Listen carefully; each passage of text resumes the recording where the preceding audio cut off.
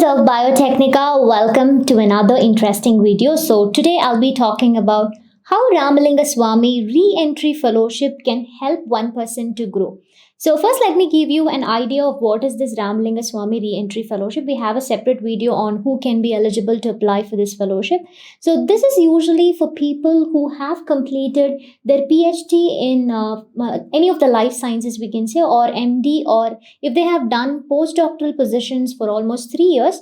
Out of that 3 years, any 2 years, the last 2 years has to be definitely be in the abroad, any of the countries in the entire world. If they are gonna do it, then they are eligible to apply for this Ramalingaswami re-entry fellowship. The main motto of this Ramalingaswami re-entry fellowship is that the Department of Biotechnology wanted to attract the researchers who were working abroad during their period of postdoctoral positions to come back to India as a re-entry and then work as a scientist or any of the assistant professors. So that's going to be about the Ramalingaswami re-entry fellowship. And if we have to talk about the age limit, up to 45 years, everybody are eligible to apply for it.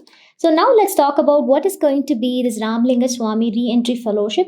Is going to help for a person who has worked abroad and coming back to India. What are the benefit the person can receive? Because in abroad they might have received good amount of financial assistance.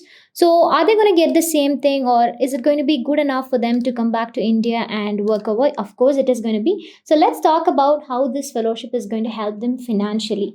So let me talk about the financial assistantship that this fellowship is going to provide. So this is mainly because of the DBT, which is going to fund this one. So how much they are going to get every month. Along with that, we'll be talking about the other cases also. First is financial assistant. Yes, if you're coming back to India after completing PhD with 3 years of postdoctoral experience. Suppose if you are a candidate, you might be asking, like, I'm an Indian who have completed my PhD and postdoctoral position also in India, then you are not eligible. Suppose you have your postdoctoral experience 1 year in India and 2 years abroad, then you are eligible to apply for this fellowship also.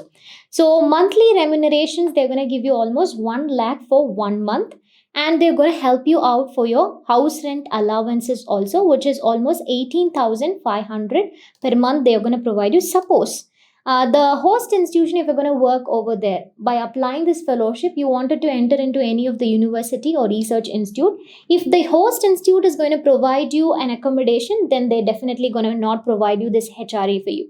But if you're going to stay outside, apart from this one, if the host institute is not going to provide accommodation for you, then they will be giving you 18,500 per month for you. And this is the next thing, research or contingency grant, how much you're going to get. This is for usually the duration of this fellowship will be for almost 5 years, so which is a very good privileged thing. For 5 years, you're going to get this one.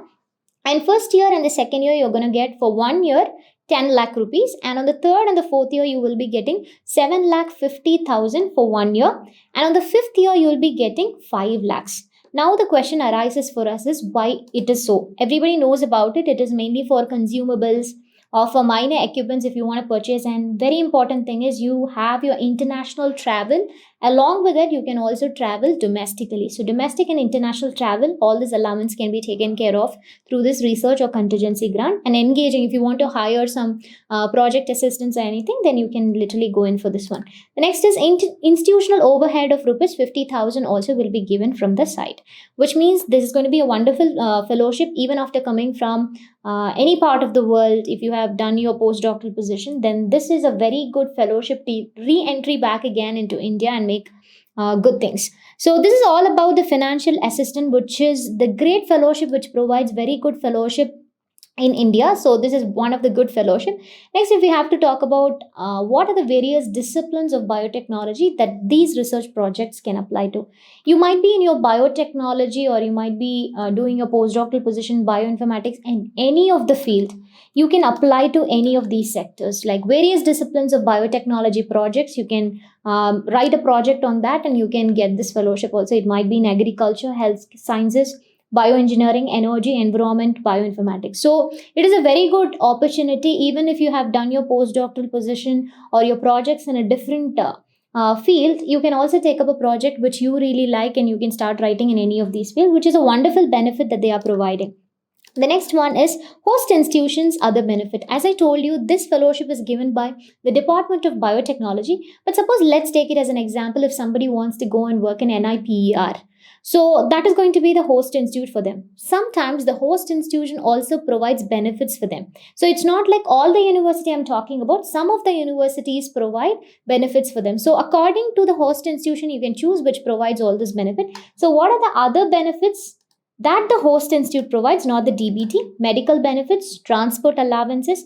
As already I mentioned, like research contingency, even the travel, domestic and international allowances are taken care of.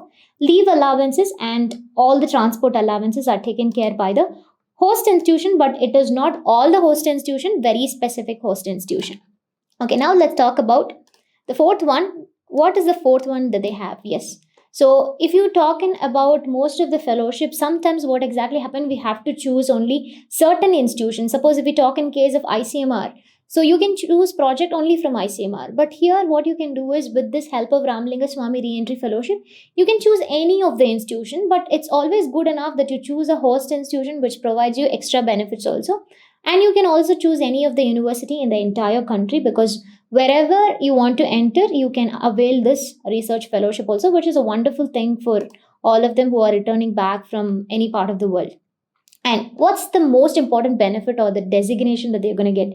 This one, the award which whoever is going to get, like Ramalingaswami Reentry Fellowship, this awardees are equivalent to that of an assistant professor, which is a very good thing. You're not been appointed as assistant professor, but this fellowship, availing this fellowship itself, gives you a privilege of an assistant professor, along with that scientist D level position. Yes. So this is a wonderful reputation that they actually get.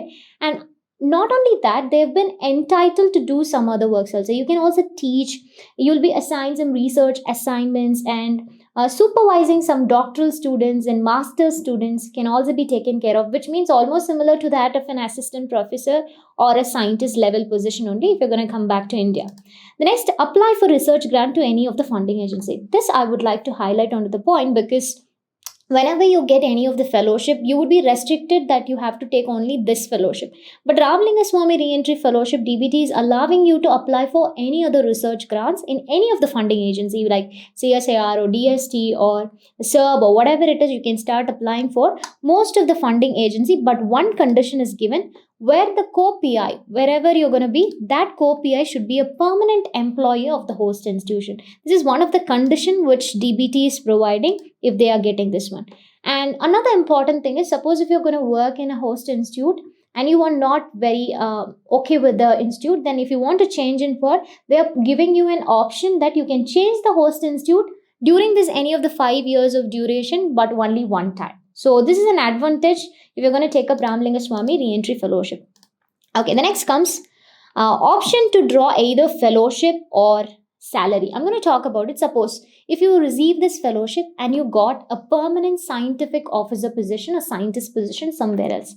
Now the question arises for us is, can I avail the fellowship or can I take up the salary? That's going to be the question. You can either take up a fellowship or you can either take up a salary. But I'm going to tell you one important thing. Appointed at any suitable permanent scientific position if you're in, if anybody is going to take up the salary, then research contingency will be given. The rest of the things will not be given. So as I already mentioned, we have a research contingency also here. So we already know about how much they're going to provide for this one. So you can take up the research contingency, but the salary will be given from the scientist position only. They're not going to take your contingency away from you. Say you will be getting that contingency, but you can either take up the fellowship or your salary also. This is a very good thing. Next one, of course, it's going to give you reputation. As you come from abroad and you come back to India, it's going to be serving as a very prestigious fellowship for you. And this is going to give a great value for you also. And you can apply for many grants also. So possibility of getting many grants, because DBT allows you to apply for many grants.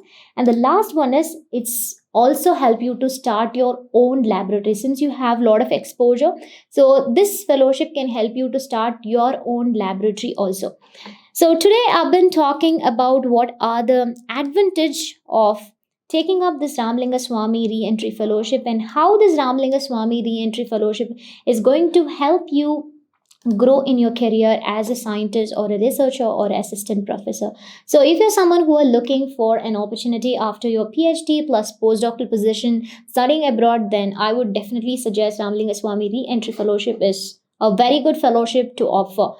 I believe that this video is helpful for you. Thank you all of you for joining, and I'm going to meet you back again with another video. Thank you.